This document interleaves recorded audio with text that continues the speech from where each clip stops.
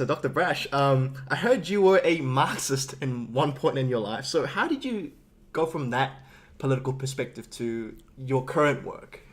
Well, I was never really fully Marxist, but I was certainly well to the left of the political centre. I was brought up in a Presbyterian manse.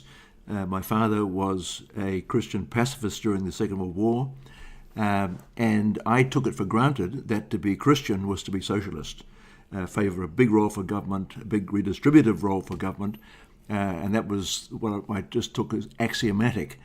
When I went to university in Canterbury, one of the economists who had a big influence on me was a guy called Wolfgang Rosenberg, who had been a refugee from Europe in the 1930s, and he was quite openly Marxist.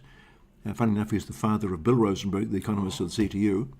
A lovely guy, and he persuaded me that, again, there was a very important major role for redistribution and so on. So I was definitely left of centre.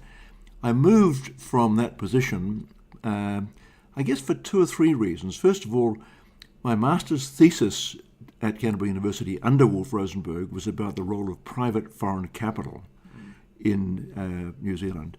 And I wrote a thesis basically saying we should avoid using foreign capital, especially private foreign capital, because it tended to be very profitable, therefore very exploitative.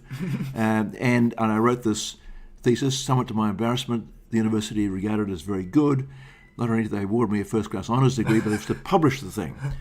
I then went to the ANU in Australia, as you said in your intro, and intent on proving that an even much more in-depth study of foreign investment would prove just how bad foreign investment is.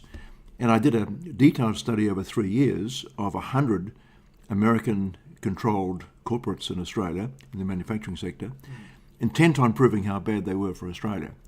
And unfortunately, I was ambushed by reality. The fact of the matter was, it was quite clear that these companies had been of enormous benefit to Australia, except where they were the recipients of major subsidies. And the subsidies tended to be high protection against imports. So Australian consumers were paying well above the odds to buy their Australian-produced commodities, and thereby subsidising them. But in every other case, the American corporate investment was beneficial to Australia, as far as I could detect. And that study was subsequently published also by Harvard University Press. And so I regard myself as an expert on foreign investment because I've written 2 books on it, one opposed to it, one in favour of it. So I've seen both sides of the argument.